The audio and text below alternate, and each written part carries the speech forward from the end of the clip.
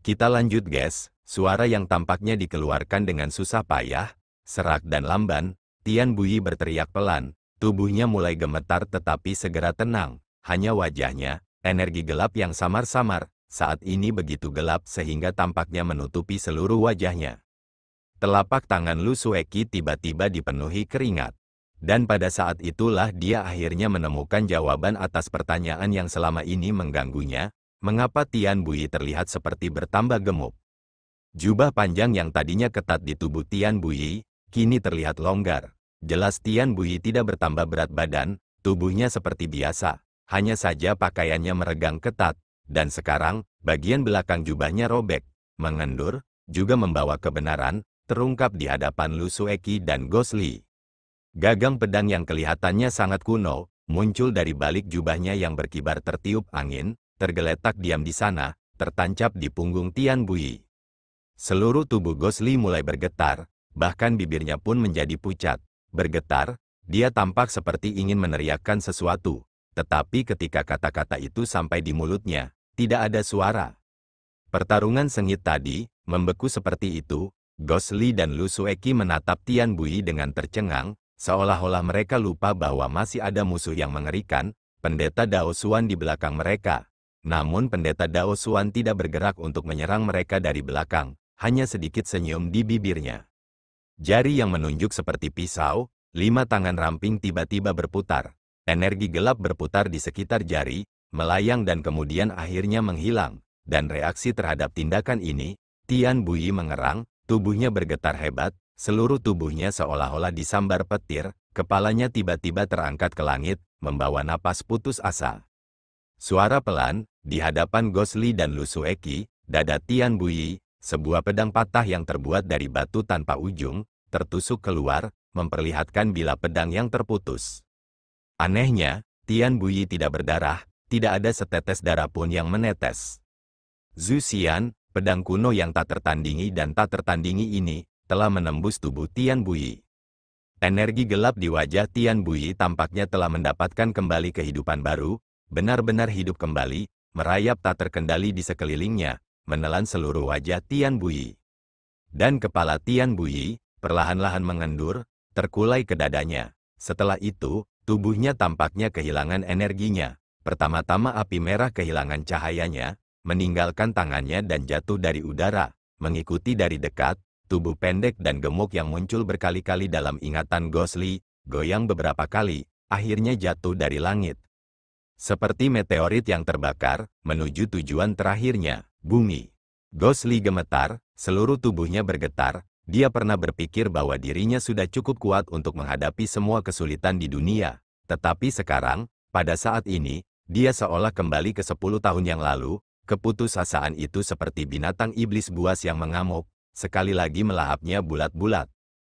Dia melolong menyayat hati, mengabaikan segalanya dan mengejar, ke arah tubuh yang jatuh itu, ke arah sosok yang dikenalnya, kecepatannya seperti kilat.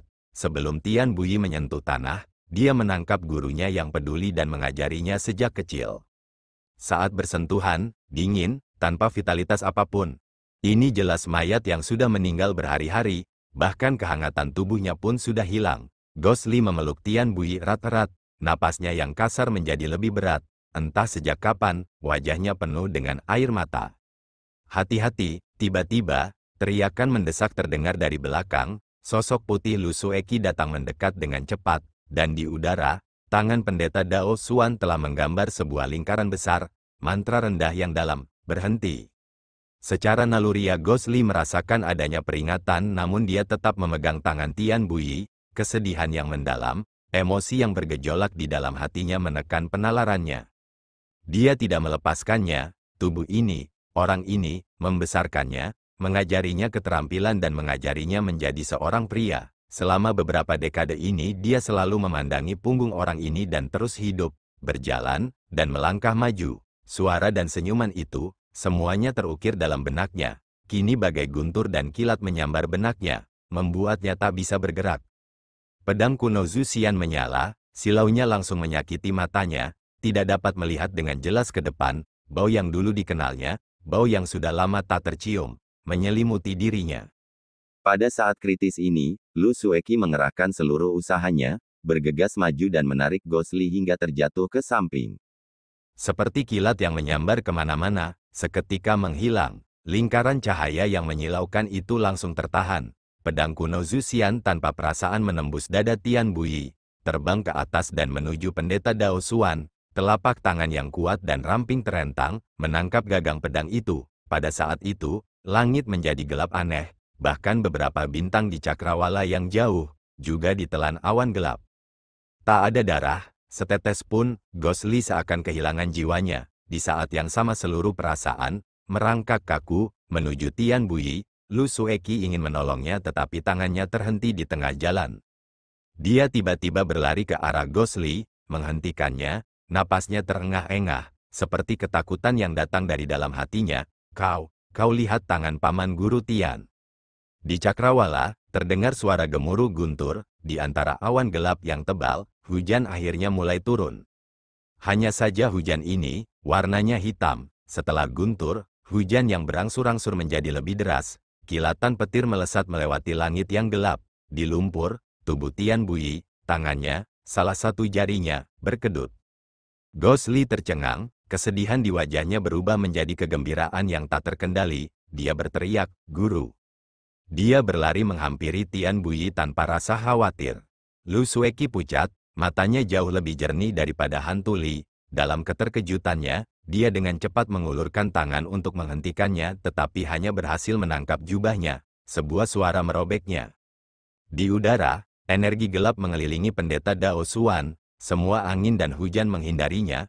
Wajahnya tampak buas, seperti dewa iblis, dengan arogan menatap manusia, seolah-olah hidup mereka ada di tangannya. Pedang kuno di tangannya, pada bilahnya, cahaya aneh berkelebat, terpantul di wajahnya, menambah dukanya. Gosli bagaikan melihat secercah harapan di tengah keputusasaannya. Ia pun bergegas maju dengan panik dan sama sekali tidak menyadari, di wajah Tian Buyi, bukan saja energi gelap itu tidak ikut hilang bersama kekuatan hidupnya, malah semakin gelap. Kini seluruh wajah Tian Buyi tertutupi. Dan ketika hantu Li menyerbu, hendak memeluk gurunya dan berseru kegirangan, tangan Tian Buyi tiba-tiba terbalik, seketika mengumpulkan kekuatan maha dahsyat, bagaikan palu raksasa, menghantam dada hantu Li.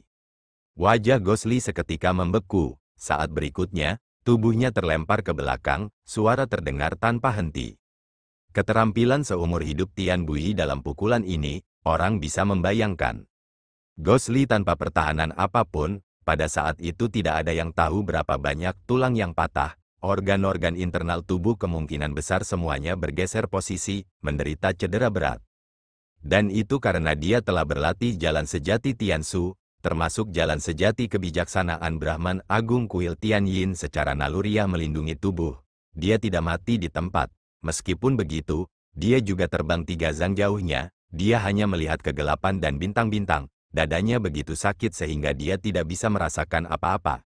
Namun dalam benaknya, hanya sebuah suara yang terdengar, "Apa yang terjadi pada guru? Apa yang terjadi pada guru?" Suara tawa melengking terdengar dari langit. Pendeta Dao Xuan melayang di udara, tertawa terbahak-bahak. "Bukankah kau ingin binasa bersamaku? Bukankah kau ingin melenyapkan kejahatan bagi rakyat? Mengapa membiarkanmu merasakan pedang kuno Zuxian ini? Hahaha, hahaha." Tubuh Tian Buyi perlahan berdiri, meskipun gerakannya tampak lambat, tetapi setiap gerakannya dipenuhi dengan kekuatan aneh. Energi gelap di wajahnya masih mengamuk, setiap kali membuat orang merasa kedinginan.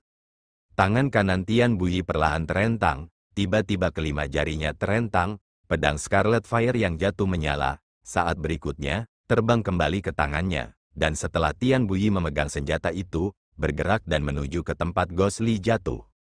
Hujan hitam menjadi lebih deras dan lebih cepat. Seperti naga yang bernyanyi, tianya keluar. Lu Sueki dengan wajah pucat, berdiri di hadapan hantu Li, dadanya naik turun dengan cepat. Hujan membasahi kulitnya, pakaian putihnya kotor, namun kecantikannya semakin bertambah. Hujan turun ke tanah, mengubah tanah menjadi lumpur. Mulut Gosli mengeluarkan darah, membuat pakaiannya menjadi merah. Bahkan suaranya juga menjadi serak dan dia tergagap. "Guru, Anda, apa yang terjadi pada Anda?"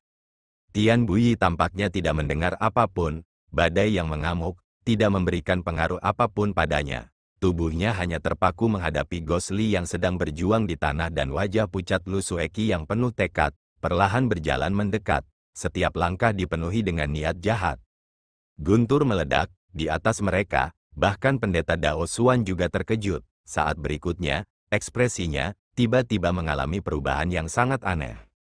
Seperti ungkapan yang hilang, bagaikan tertidur dalam mimpi panjang, sebelum sadar kembali, bagaikan mengingat sesuatu namun tidak dapat menangkapnya, tidak dapat mengingat dan hilang.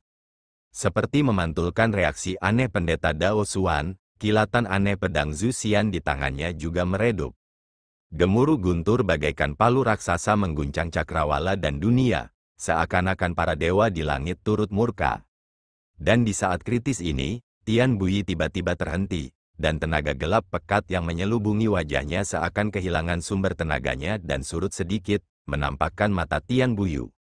Sebentar, berapa lama, agama Buddha mengatakan Gunung Meru dalam biji sesawi, saat itu abadi, awalnya biasa saja tetapi saat itu adalah waktu nafas, saat yang seperti apakah itu?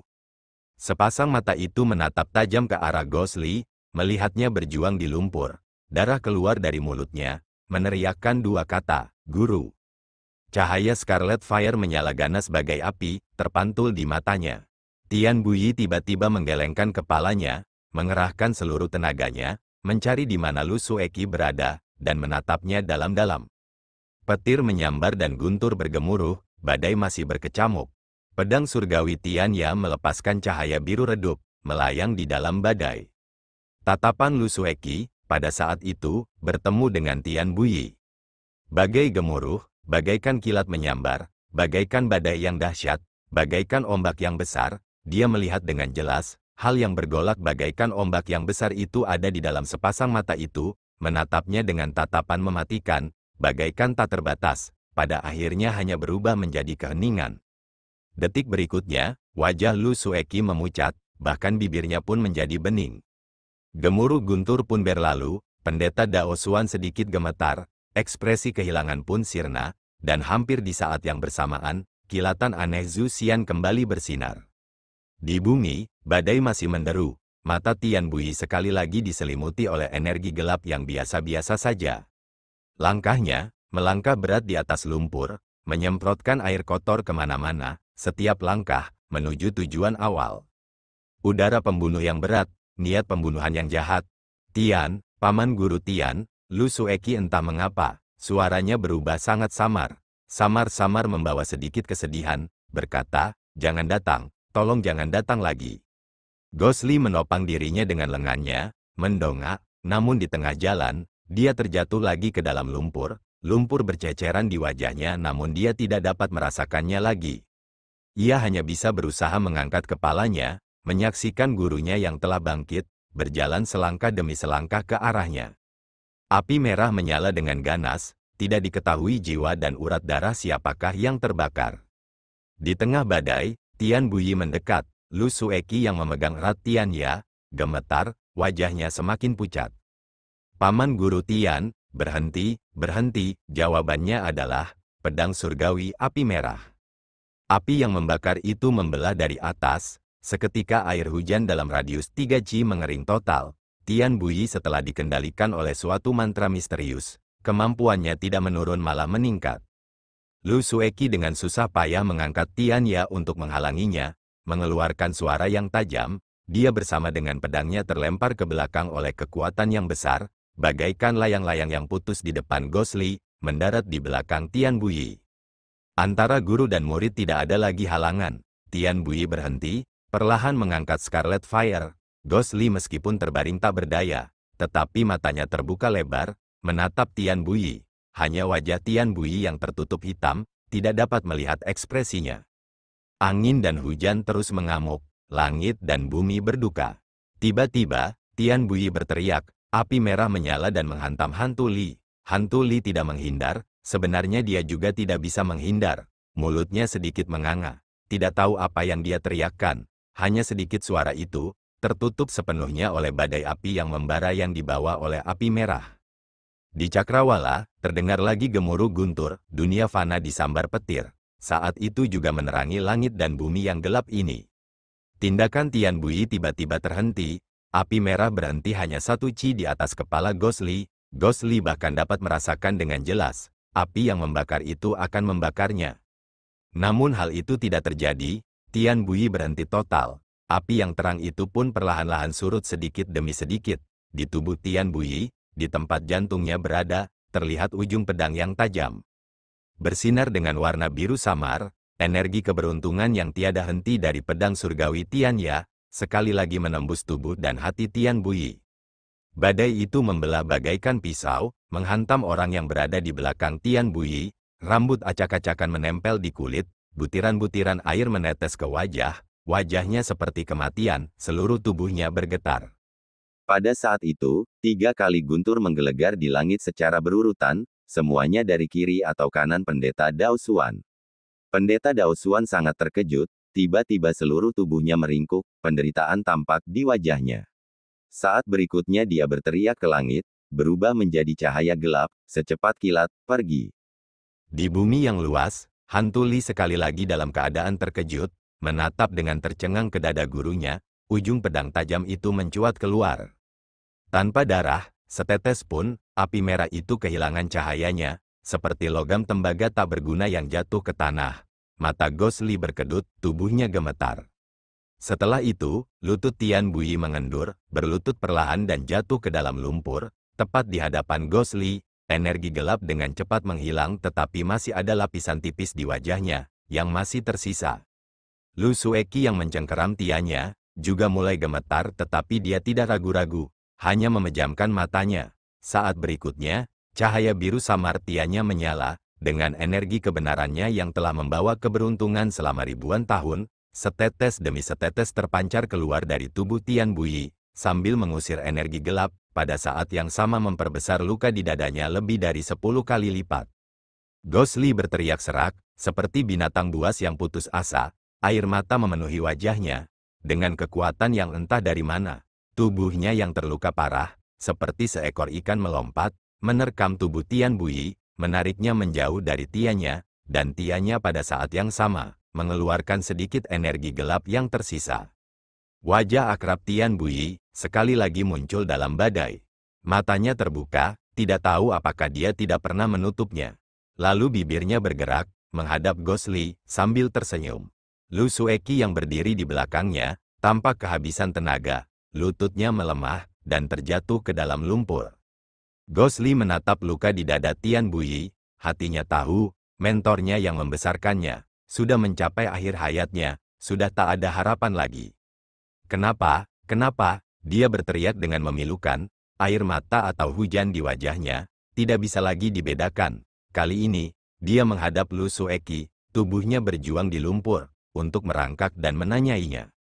Namun sepasang tangan gemetar menghentikannya, tangan ini tidak berdaya dan rapuh, tetapi Gosli segera berbalik, Gosli bernapas dengan berat, bibirnya gemetar, berteriak serak, "Guru, guru." Tian Bui menatapnya, napasnya pelan, seperti sedang berjuang menggunakan tenaga terakhirnya di dalam tubuh yang hancur ini, berkata pada hantu Li, jangan salahkan, dia, jangan salahkan, dia. Gosli mengulurkan tangannya, menggenggam tangan Tian Bui erat-erat, yang dirasakannya, hanya dingin. Ia tak dapat lagi mengendalikan diri, menangis sekeras-kerasnya, di malam badai ini, meratap tak henti-hentinya, hanya mengulang 2 kata. "Guru, guru." Hantu Li berjuang untuk mendekati Tian Bui. Air mata menetes ke tangan Tian Bui. Setelah aku mati, kau bawa tubuhku, kembali ke lembah bambu besar, serahkan pada Si Niangmu. Catatan, Si Niang adalah istri guru. Gosli mengangguk keras, wajahnya berubah, tubuhnya tidak bisa berhenti gemetar. Tian Bui di bawah pengawasannya, napasnya berubah semakin cepat, suaranya semakin lembut. Kamu harus, membujuknya, jangan, marah, jangan melakukan, hal, konyol ah. Kata terakhir, suara Tian Bui tiba-tiba melengking tinggi lalu berhenti mendadak, tangan yang mencengkeram hantu Li, terkulai ke bawah. Gosli tertegun, tubuhnya yang gemetar pun terhenti, membeku di tempat. Badai dingin yang menderu, sesungguhnya adalah dingin yang menusuk tulang, langsung merasuk jauh ke dalam jiwa.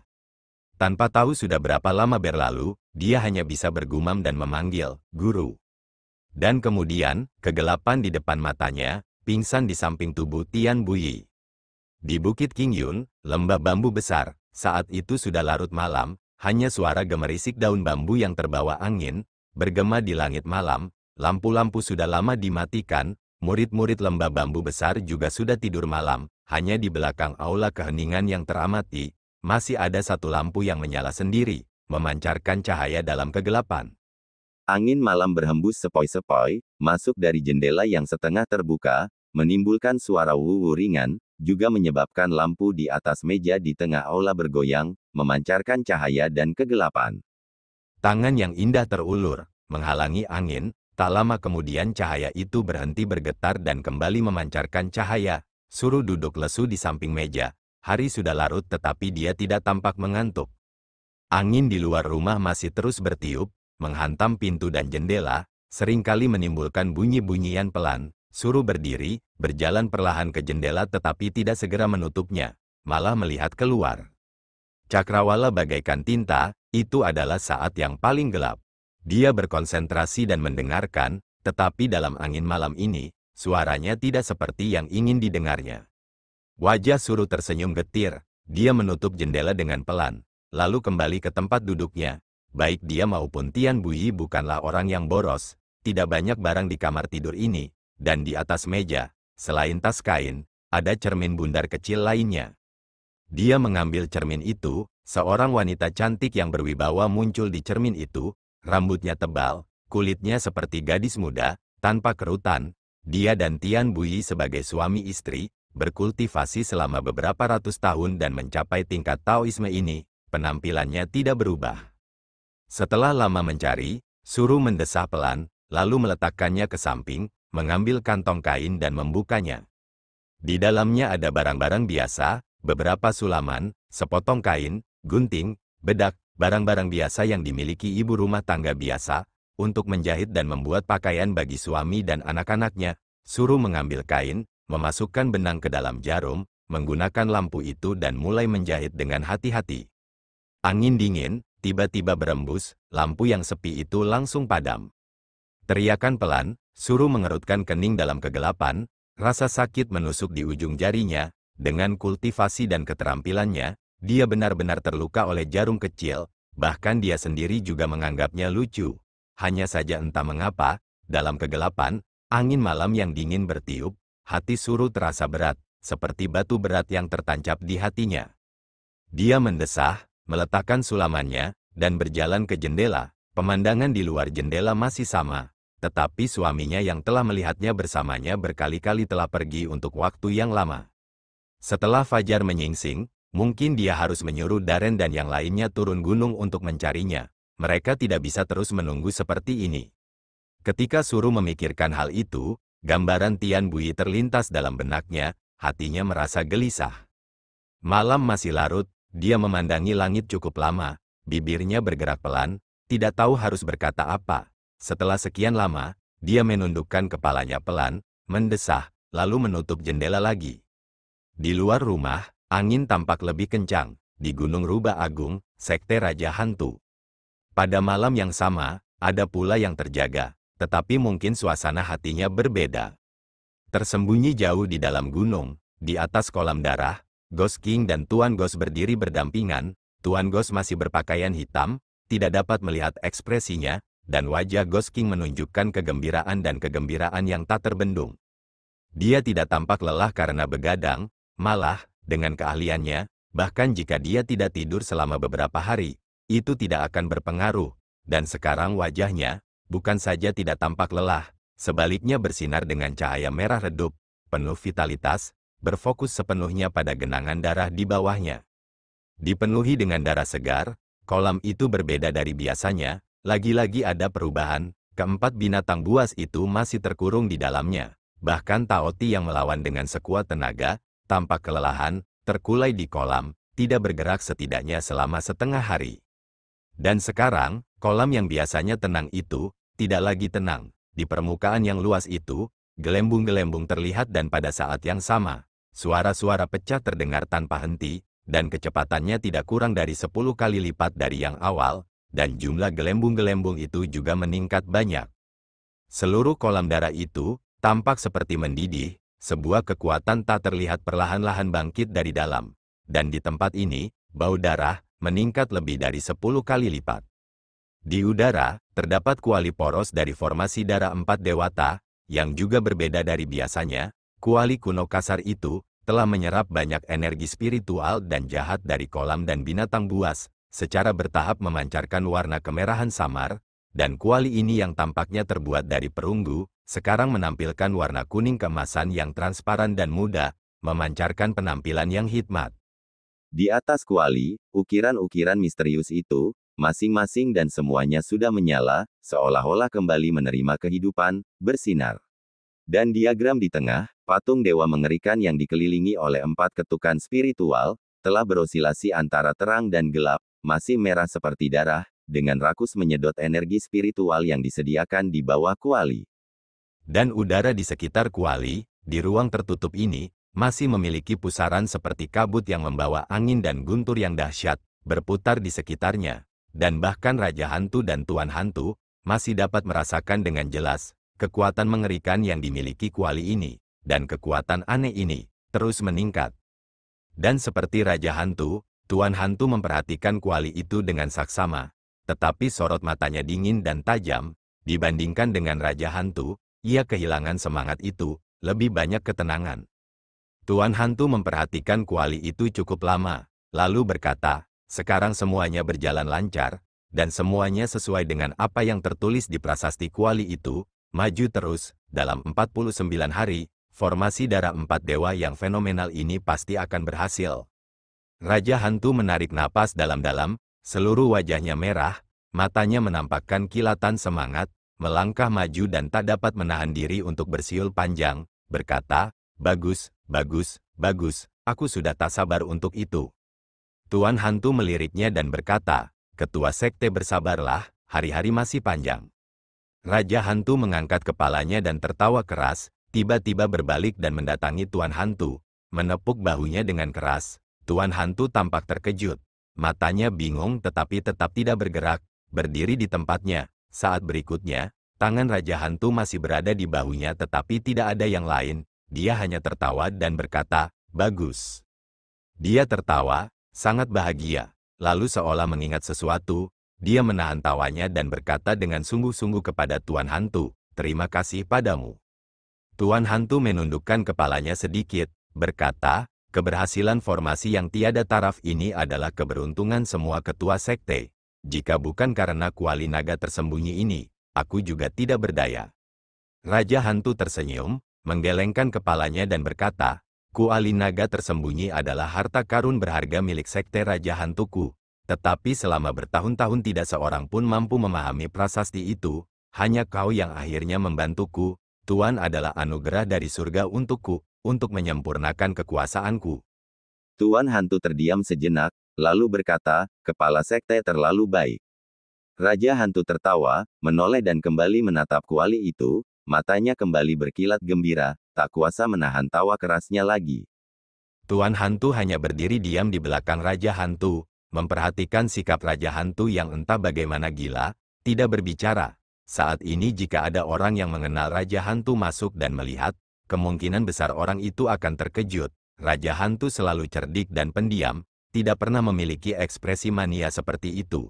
Tetapi di mata Tuan Hantu yang sedang memperhatikan Raja Hantu, tidak ada keterkejutan.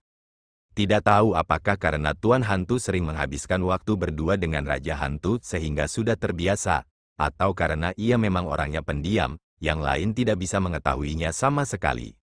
Bagaimanapun, di dalam kolam darah tersembunyi di dalam gunung ini, di dalam bau darah yang pekat, Raja Hantu dengan puas merencanakan masa depan, tawa arogan itu bergema tanpa henti, perlahan-lahan menyelimuti seluruh ruangan, dan di belakangnya, ada sosok yang diam. Di bawah Bukit King Yun, awan gelap yang tidak normal di Cakrawala telah lama menghilang namun lapisan awan itu masih ada, di langit yang gelap pekat, hujan masih turun deras, membasahi dunia fana yang sunyi ini. Di padang gurun, badai bergemuruh, hawa dingin menusuk tulang, tempat di mana kamar mayat yang ditinggalkan dulu berdiri, setelah pertarungan sengit, benar-benar hancur, bahkan tanahnya digali dengan kekuatan besar, setelah tersapu badai, berubah menjadi lumpur kotor. Langit tampak gelap, tidak ada seberkas cahaya pun. Di tengah badai, di padang gurun, hanya ada cahaya biru samar, sedikit goyang. Lu Sueki yang mencintai kebersihan, pakaian putihnya sudah ternoda lumpur tetapi dia tampak tidak peduli sama sekali. Tidak jauh di depannya, tubuh Tian Bui terbaring tenang, matanya terpejam, begitu damai seolah-olah dia sedang tidur. Badai menghantam wajahnya, suara ratapan tertiup angin, seolah-olah menangis. Gosli masih tidak sadarkan diri, menggunakan cahaya biru samar Tian Ya, wajahnya sepucat orang mati, dan ekspresinya penuh dengan rasa sakit dan kesedihan. Jika bukan karena fakta bahwa dadanya masih sedikit naik turun, itu akan membuat orang salah paham. Saat ini, tubuhnya dalam pelukan Lu Sueki, Tian Ya bersinar dengan tenang. Di sekitar Lu Sueki dan Gosli, ia menopang celah kecil, kekuatan yang tak terlihat menghalangi hujan. Dan tak jauh dari mereka, Xiao Hui si monyet, yang sudah tidak seperti biasanya lagi, duduk diam di tanah. Air hujan membasahi bulunya dan butiran-butiran air menetes melewati wajahnya dan jatuh ke tanah. Hembusan angin dingin bertiup, ketiga mata Xiao Hui berkedip, sepertinya merasa dingin dan diam-diam mendekati Gosli. Lu Sueki diam-diam menunduk, melirik Xiao Hui, lalu mengulurkan tangannya, dengan lembut membawa Xiao Hui ke dalam lingkaran cahaya Tian Ya, membiarkannya berjongkok di tubuh Gosli. Xiao Hui melirik Lu Sueki. Mulutnya mengeluarkan suara ringan dan kemudian kepalanya dengan lembut menunduk, bersandar di dada Gosli, kepalanya menoleh ke samping, matanya melihat ke depan, tubuh Tian Bui yang tenang. Itu bagaikan mimpi yang panjang dan jauh, tetapi tidak ada sedikit pun kegembiraan, karena hingga akhirnya, itu sebenarnya adalah mimpi buruk. Tubuh Gosli bergerak, ekspresi kesedihan di wajahnya yang pucat tampak semakin jelas. Saat berikutnya, setelah mengerang kesakitan, dia perlahan terbangun. Cahaya di depannya, cahaya biru redup, melayang lembut di sekelilingnya. Suara-suara di sekelilingnya, itu adalah badai, angin dan hujan, badai yang menderu.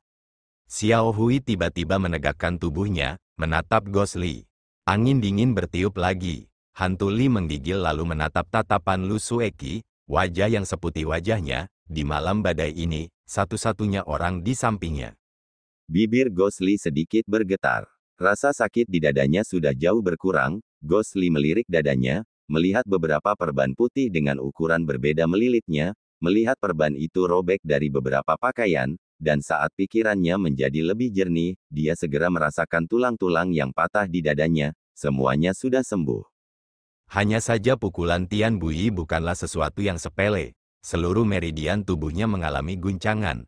Meskipun Lu Sueki merawatnya setelah itu, tetapi kemungkinan besar dia harus beristirahat selama beberapa hari sebelum bisa pulih.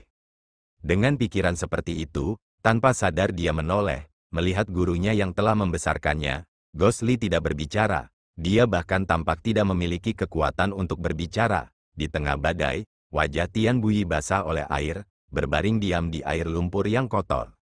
Siapakah yang tahu, dia akan seperti ini setelah dia meninggal?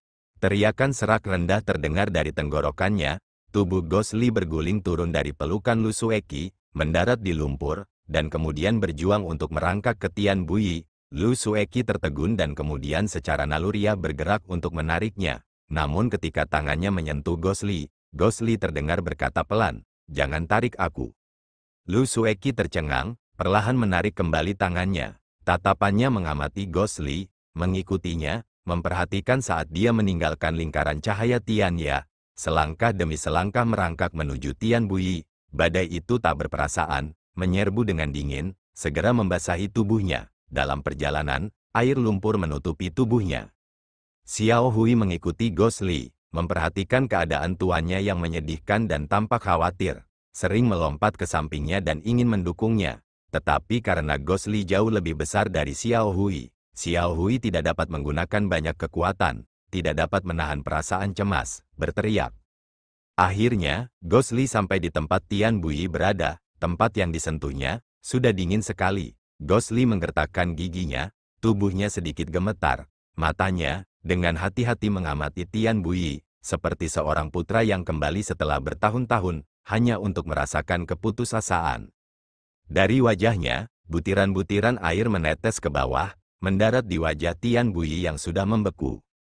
Badai semakin kuat, tatapannya perlahan tertuju ke dada Tian Bui, meskipun pakaiannya telah ditata ulang, tetapi luka besar yang mengerikan itu masih terlihat jelas. Gosli seperti tertusuk, membeku.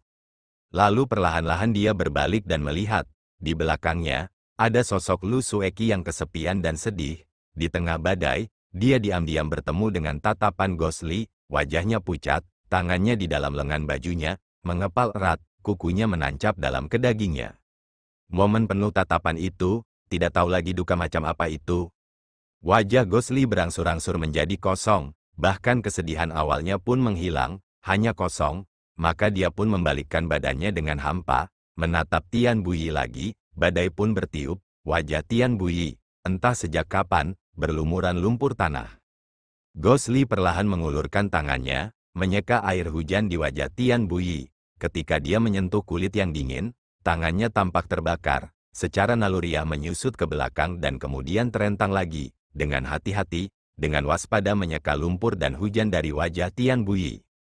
Kemudian, dia berdiri tegak, merangkak mendekati jasad mentornya, menggunakan dadanya sendiri, menghalangi badai untuk Tian Bui, tidak membiarkan hujan dingin dan pahit ini menyentuh tubuhnya.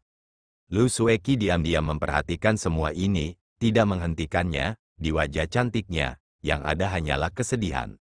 Ketika aku masih muda, keluargaku hancur, suara Gosli tiba-tiba terbawa dalam badai, dia berbicara perlahan, seperti setiap kata yang diucapkannya di dalam hatinya berkali-kali lalu diucapkannya perlahan. Lu Sueki diam-diam berjalan mendekatinya, dan tubuh hantu Li masih tidak bergerak, masih menghalangi hujan dari tubuh Tian Bui.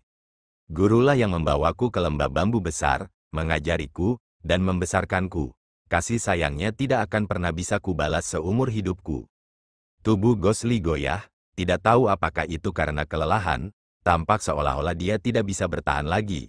Raut wajah Lu Sueki berubah, mengulurkan tangannya untuk menopangnya tetapi ketika tangannya menyentuh Gosli, Gosli malah bergeser sedikit menjauh, menghindarinya. Tangan Lu Sueki membeku di udara, hantu Li dengan susah payah memeluk erat jasad Tian Bui, mendekap kepalanya dalam-dalam, pada saat yang sama wajahnya menampakkan kepedihan yang amat dalam, mulutnya bergumam. Lu Sueki berdiri di sampingnya, di tengah badai, dia masih bisa mendengar dengan jelas perkataannya. Gosli hanya terus mengulang satu kalimat. Seumur hidupku, takkan mampu lagi membayarnya. Seumur hidupku, takkan mampu lagi membayarnya. Bibir Lu Sueki bergetar, kedua matanya menatap tajam ke wajah Tian Bui. Siapa sangka, pada malam yang sama, orang ini pernah tersenyum dan berbicara kepadanya, memberi janji-janji kepadanya, dan memperbolehkannya melihat secercah harapan di tengah keputusasaannya. Serangan pedang tunggal itu, luka tunggal itu. Orang yang terluka, tetapi jumlahnya lebih dari satu. Dia tersenyum sedih, membalikkan badan, tubuhnya tanpa sadar goyang, alisnya berkerut, seteguk darah keluar, tetes-tetesnya, jatuh di pakaiannya, dan juga di tanah, tetapi badai itu tak berperasaan, tak lama kemudian, terkikis oleh air hujan. Dia mendongak, hujan dingin mendarat di wajahnya, cakrawala bagai tinta, hamparan kegelapan. Bukankah hari sudah siang, tetapi mengapa, langit dan bumi ini, bahkan pada saat ini, selain badai ini, yang tersisa hanyalah hamparan kegelapan. Air mata di sudut mata Lu Sueki, dalam badai ini, diam-diam menetes. Hujan pun reda dan awan pun cerah. Malam yang gelap akhirnya berlalu, langit menampakkan sinar pertamanya, diam-diam menyinari dunia. Di lembah bambu besar Bukit Qingyun, suasana masih tenang.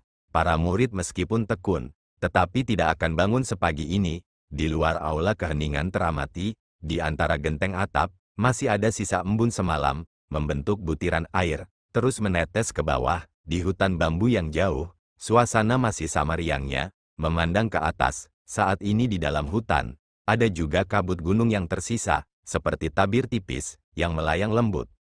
Pintu besar aula keheningan teramati terbuka lebar seperti biasa. Di balik ambang pintu, di atas batu bata abu-abu, tirai kuning melingkar di samping pilar-pilar, lampu yang menyala lama di depan patung Dewa Dewi Sun King, masih menyala pelan di bawah sinar matahari pagi. Angin pagi yang sedikit dingin bertiup dari kejauhan, melewati gedung-gedung, berputar pelan di aula pengamatan keheningan ini, kembali menuju tempat yang lebih jauh. Bersamaan dengan angin, terdengar suara kicauan burung yang jelas dan menyenangkan. Hanya suara inilah yang terdengar di pagi hari ini. Ini adalah gambaran yang sangat tenang. Surga surgawi Taoisme, fajar yang tak terhitung jumlahnya telah berlalu seperti ini, tanpa noda atmosfer dunia fana yang belum dimurnikan. Namun pada pagi yang biasa ini, semuanya menjadi berbeda dari biasanya, perbedaan yang tidak harmonis. Sosok yang basah kuyup itu berlutut di depan pintu masuk, kepalanya terbenam dalam di antara kedua lengannya, dekat dengan tanah di sekitarnya tempat dia berjongkok. Semuanya basah kuyup oleh tetesan air yang menetes dari tubuhnya, dan dari tubuhnya, pakaiannya, tetesan air masih menetes. Dan 6 ci dari orang ini, di tangga batu bata abu-abu aula, tubuh Tian Bui terbaring tenang, meskipun tak bernyawa, ia tampak sangat damai, tanpa rasa sakit yang terlihat di wajahnya, seolah-olah kematian baginya bukanlah hal yang penting. Kedua tangan Tian Bui terlipat dan diletakkan di dadanya, pakaiannya telah dirapikan dan ditata dengan hati-hati. Selain itu, pakaiannya juga tampak basah kuyup tetapi jelas tidak basah seperti orang yang berlutut di bawah tangga, dan noda lumpur terlihat di mana-mana di pakaiannya. Meskipun tampak seperti seseorang telah menggosok dan mencuci dengan lembut tetapi karena waktu yang singkat, tidak dapat membersihkannya. Oleh karena itu nodanya masih bisa terlihat. Meskipun demikian, dia menduga dia tidak akan mempermasalahkan hal ini. Angin pagi masih bertiup, dengan lembut menyapu puncak lembah bambu besar Bukit Qingyun, bertiup melewati atap aula keheningan teramati, bertiup di depan aula keheningan teramati, seolah merasakan angin dingin. Tubuh Gosli menggigil, tubuhnya tampak masih lemah. Hanya saja, dia masih berlutut tak bergerak, menghadap pintu masuk yang megah, kepalanya terbenam dalam. Semua itu adalah hal-hal yang dikenalnya, aula gedung, anak tangga batu, patung dewa, bahkan tanah tempat ia berlutut, aroma samar yang terpancar dari lumpur, semuanya adalah bagian dari kenangannya yang terukir dalam. Entah sudah berapa kali, ia bermimpi untuk kembali ke masa lalu, kembali lagi ke tanah lembah ini, dan sekarang setelah ia kembali, hatinya hancur. Di belakang sosok Gosli, melewati hamparan tanah kosong yang panjang, yang akan terlihat adalah surga yang pernah dimiliki Zhang Xiaofan. 10 tahun telah berlalu, pintu yang terbuat dari 2 papan kayu itu tidak tampak berubah. Hanya saja ada beberapa goresan lagi, beberapa tempat terkelupas, tampak semakin usang. Pintunya dibiarkan tak terkunci namun tak lama kemudian didorong terbuka oleh sebuah tangan berbulu, disertai dengan suara zizi ringan. Xiao Hui datang ke pintu dan melompat masuk dengan ringan. Bahkan penataan di dapur pun masih sama, meja makan dan kursi, panci dan wajan, serta kompor, semuanya berada di posisi semula. Mata Xiao Hui mengamati sekeliling, dengan akrab melompat ke atas meja, lalu melihat ke kanan. Seperti dugaanku, di sisi kanan meja, bersandar pada dinding, ada setumpuk besar jerami kering, di atasnya ada sosok kuning, tertidur lelap, mengeluarkan suara dari mulutnya. Dialah teman masa kecil Xiao Hui, Da Huang. Xiao Hui berjongkok di atas meja, ekornya melingkar ke atas tetapi tidak langsung melompat dan memeluk sahabatnya, ia hanya menggaruk kepalanya, menoleh dan melirik keluar, lalu ke Da Huang, tampak ragu-ragu. Dan pada saat ini, Da Huang yang sedang tertidur lelap dengan telinganya terkulai ke bawah, matanya masih terpejam tetapi telinganya tiba-tiba terangkat, seperti mendengar sesuatu lalu kepalanya bergerak dan membuka matanya. Yang dilihatnya adalah sosok yang dikenalnya di atas meja. Da Huang terkejut namun segera terbangun, ia melompat dengan gembira dan menyalak pada Xiao Hui, kaki depannya menekan meja, matanya penuh kegembiraan, dan ekornya terus bergoyang. Xiao Hui menyeringai, tampak terpengaruh oleh suasana hati Da Huang, memeluk kepala Da Huang dan membelai bulunya yang kuning berkilau. Da Huang mengusap kepalanya ke Xiao Hui dan menjilati wajahnya. Xiao Hui tertawa, terjungkal dan melompat turun. Da Huang pun ikut mendekat dan setelah bermain beberapa saat, Xiao Hui tiba-tiba teringat sesuatu, mengerutkan kening, menepuk-nepuk kepala Da Huang lalu menunjuk keluar. Da Huang menatap Xiao Hui, tidak mengerti. Xiao Hui berteriak beberapa kali lagi, melompat ke punggung Da Huang. Da Huang mulai melangkah dan berlari keluar dapur, melihat sekeliling dan segera melihat sosok itu berlutut di luar aula. Dan angka itu, jelas juga merupakan apa yang dikenalnya. Da Huang tidak dapat menahan kegembiraannya, menyerbu ke arah sosok itu sambil menggonggong, "Wang wang wang," ekornya bergoyang-goyang dengan marah. Segera, ia mencapai tanah kosong itu, mendekati Gosli, dan tiba-tiba berhenti. Matanya melirik sosok yang tengah berlutut di luar, melihat tubuh Tian Bui terbaring diam di atas tangga. Xiao Hui diam-diam menyelinap ke bawah, berlari ke tempat hantu Li berada, mengusap kepalanya dan mengamati sekelilingnya, lalu berjongkok di tanah, memeluk erat hantu Li. Da Huang perlahan mendekat, menaiki tangga dan tiba di tempat Tian Bui berada. Ia memperhatikan wajahnya cukup lama, lalu mengendus tubuh Tian Bui dengan lembut dan sekali lagi mengendus bagian tubuh lainnya. Ekornya bergoyang pelan. Akhirnya, Da Huang menoleh, tampak bingung, lalu tiba di kepala Tian Bui, mendorong wajah Tian Bui dengan kepalanya dengan lembut, mengeluarkan suara yang pelan. Tian Bui tidak bereaksi apapun. Da Huang menatapnya lama, tidak menggonggong liar atau melolong seperti yang diharapkan. Setelah dorongan terakhir di wajah Tian Bui tanpa reaksi apapun, seperti menyerah, ia berbaring diam di depan Tian Bui, kedua matanya masih menatapnya, seolah berharap ia akan tiba-tiba bangun. Ia meletakkan kepalanya di atas kakinya, telinganya terkulai ke bawah, meringkuk di samping tubuh tuannya yang dingin dan tak bernyawa. Angin pagi yang membawa hawa dingin semalam, berembus pelan, di bawah tangga, tubuh Gosli kembali menggigil, tetapi ia segera kembali diam, berlutut tanpa bergerak. Pada pagi yang dingin ini, waktu masih berlalu dengan tenang. Teriak pelan, Suru terbangun kaget, sekujur tubuhnya dipenuhi keringat dingin. Rambutnya sedikit acak-acakan, wajahnya pucat, dia perlahan-lahan menopang dirinya sendiri agar tidak menyentuh meja. Di meja inilah dia tertidur tadi malam. Jendela yang bertirai itu terbuka sedikit, membiarkan sinar matahari pagi masuk. Suru menatap cahaya itu dengan linglung untuk waktu yang lama. Ketika hatinya akhirnya tenang, dia tertawa getir, membalikkan badan, dan mengambil cermin bundar kecil dari meja. Di cermin, tampaklah parasnya yang cantik. Meskipun karena jepitan rambutnya dan begadang, dia tampak kusam, tetapi keanggunannya masih terpancar, mempesona. Dia memperhatikan dirinya sendiri cukup lama, lalu mendesah dan meletakkan kembali cermin itu, berdiri ke arah jendela dan mendorong jendela hingga terbuka. Cahaya matahari pagi bersinar, mengusir semua kegelapan, menyegarkan suasana hati. Senyum tipis muncul di wajah Suru, bersandar di jendela, merentangkan tubuhnya dengan malas. Sensasi angin berhembus menerpa wajahnya, dengan sedikit rasa dingin. Dia membuka pintu dan berjalan keluar. Karena hari masih pagi, ia berasumsi sebagian besar muridnya masih tidur. Lupakan saja. Biarkan mereka tidur sebentar lagi. Ia akan memberi perintah agar mereka turun gunung untuk mencari Bui nanti. Kemungkinan besar mereka juga akan lelah. Suru sambil memikirkan itu, berjalan menuju aula keheningan yang teramati. Lorong berkelok itu perlahan terbentang di bawah kakinya. Di luar lorong, bambu-bambu yang dipangkas berdesir tertiup angin. Entah mengapa, di pagi seperti ini, Suru menyadari bahwa pada hari-hari biasa, ia telah salah memperhatikan banyak hal.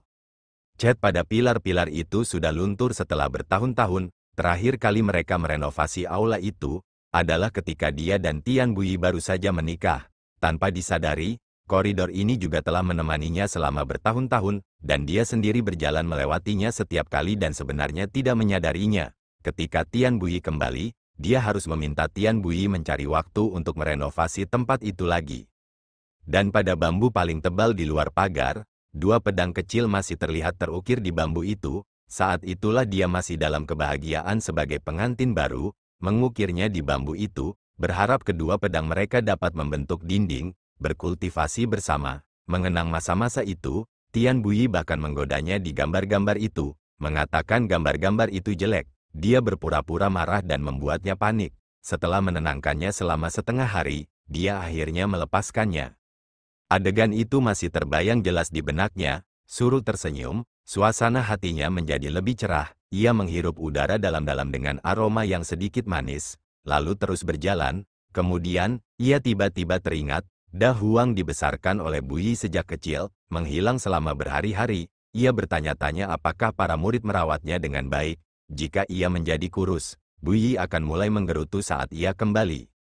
Suru tersenyum dan menggelengkan kepalanya, bertekad untuk pergi ke dapur untuk memeriksa Da Huang selagi masih ada waktu. Sambil memikirkan berbagai hal dan berjalan, tanpa disadari, dia telah tiba di aula keheningan yang teramati. Lonceng pertama di pagi hari, bergema dari kejauhan, itu adalah panggilan pagi Sekte King Yun, juga untuk menyambut hari baru ini, lonceng berdentang dalam, bergema di antara gunung-gunung, bertahan lama. Jantung Suru, mendengar bunyi lonceng ini, tiba-tiba berdebar kencang. Di depan aula, ada sesosok yang tengah berlutut dan berbaring, dan Da Huang yang suka tidur, karena suatu alasan, bangun pagi-pagi sekali hari ini, dan berbaring dengan tenang di tangga, tampak lesu. Dan seolah mendengar sesuatu, telinga Da Huang yang terkulai bergerak, berbalik, dan melirik ke aula, dalam bayangan yang tidak sepenuhnya terjangkau oleh matahari pagi, seorang wanita berdiri di sana, menatap dengan tercengang ke sini. Jantung Suru mulai berdebar, bahkan terasa seperti mau meledak, sesak napas, sosok yang terbaring di tangga dengan tenang, begitu familiar hingga seakan terukir dalam jiwanya, sosok yang takkan pernah bisa dihapus. Tetapi pada saat itu, dalam doanya yang ribuan kali di dalam hatinya, dia salah, bahwa dia keliru. Wajahnya sepucat kertas, kakinya dituntun, langkah demi langkah dia melangkah, bibirnya gemetar, Da Huang berbaring di sampingnya, memperhatikan Suru mendekat, ekornya bergoyang lembut ke arahnya tetapi sekali lagi meletakkan kepalanya di tanah, sepasang mata diam-diam memperhatikan tuannya yang berbaring di depannya. Akhirnya, dia sampai di tempat yang tidak bisa dia hindari lagi. Wajah Tian Buyi yang sudah dikenalnya terpantul di matanya. Dia tampak sedang tidur dengan tenang. Suru merasakan bumi berputar, kakinya tersandung, jatuh ke tanah. Untungnya karena kultivasinya, dia berhasil menenangkan tubuhnya. Meskipun begitu, matanya berkedip-kedip gelap, kedua kakinya lemah, berjalan ke tempat Tian Buyi berada, jatuh terduduk. Tangannya yang gemetar, perlahan menyentuh tubuh, pakaian, dan dada Tian Buyi. Tangannya terhenti, gemetar bahkan lebih hebat. Kemudian, air mata mengalir menuruni matanya, tetes demi tetes, ke wajahnya. Di sampingnya, Da Huang sambil melolong sedih, mengusap kepalanya di samping kakinya. Dia perlahan mendongak, menatap sosok yang berlutut di bawah tangga, dan monyet berbulu abu-abu itu. Setelah waktu yang lama, dia berkata dengan pelan dan tersedak, "Kamu adalah Xiao Fan." Ghost Li bergetar, tak mendongak, sebaliknya, kepalanya terbenam makin dalam, sudah di tanah kasar, tanah bergesekan dengan kulitnya, tak lama kemudian, suaranya yang gemetar pun terdengar. "Ya, murid, si Niang," Suru tersenyum sedih dan berkata, "Kamu tidak harus seperti ini, kamu bisa bangun dan bicara." Hantu Li berlutut di tanah, tidak mendongak, seakan-akan dia telah kehilangan seluruh keberanian untuk menatap Suru lagi, berkata pelan, "Murid itu pantas mati, tidak melindungi guru." Suaranya terbata-bata, seakan-akan setiap kata yang diucapkannya merupakan hukuman untuknya. Suru perlahan mengangkat tubuh Tian Buyi setengah, ke dalam pelukannya, tubuhnya gemetar, entah karena merasakan dinginnya tubuh Tian Buyi, atau karena berpikir, ingin mengusir dinginnya tubuh Tian Buyi dengan kehangatan tubuhnya sendiri. "Kamu bisa bangun." Suaranya terdengar hampa dan suram. Dalam ingatan Ghost Li, dia tidak pernah sekalipun mengingat mendengar suara wanita itu begitu lemah dan tak berdaya. Dia bahkan merasa lebih sedih lagi. Dia tidak bisa menahan diri untuk tidak mengusap wajahnya ke tanah, berharap rasa sakit itu akan meredakan rasa sakit yang berdenyut di hatinya. "Kalau kamu tidak bangun, bagaimana kamu akan menceritakan apa yang terjadi?" Suru berkata pelan, matanya hanya memperhatikan tubuh dalam pelukannya, seolah-olah saat ini, tidak ada hal lain yang penting baginya. Da Huang mendekat, mengusap-usap kepalanya pelan ke Tian Buyi sambil merengek tiada henti. Tubuh Ghost Li berhenti dan perlahan-lahan tegak, mendongak dan menatap Suru, wanita yang anggun dan cantik itu, bahkan di saat-saat yang menyedihkan ini, tampaknya tidak kehilangan pesona anggunnya. Diterpa angin sepoi-sepoi, sisi-sisi rambutnya berkibar lembut, menempel di wajahnya yang pucat yang bersandar di wajah Tian Buyi. "Kau kembali, kau akhirnya pulang." Ini adalah kalimat terakhir yang didengar hantu Li dari Suru. Lalu, dadanya terasa sesak, meridiannya bergejolak bagai gelombang amarah, kegelapan di depan matanya, seakan-akan jantungnya yang terpilin rapat bagai busur panah, meledak. Dengan bunyi, seperti papan kayu yang jatuh ke lantai, dia pingsan.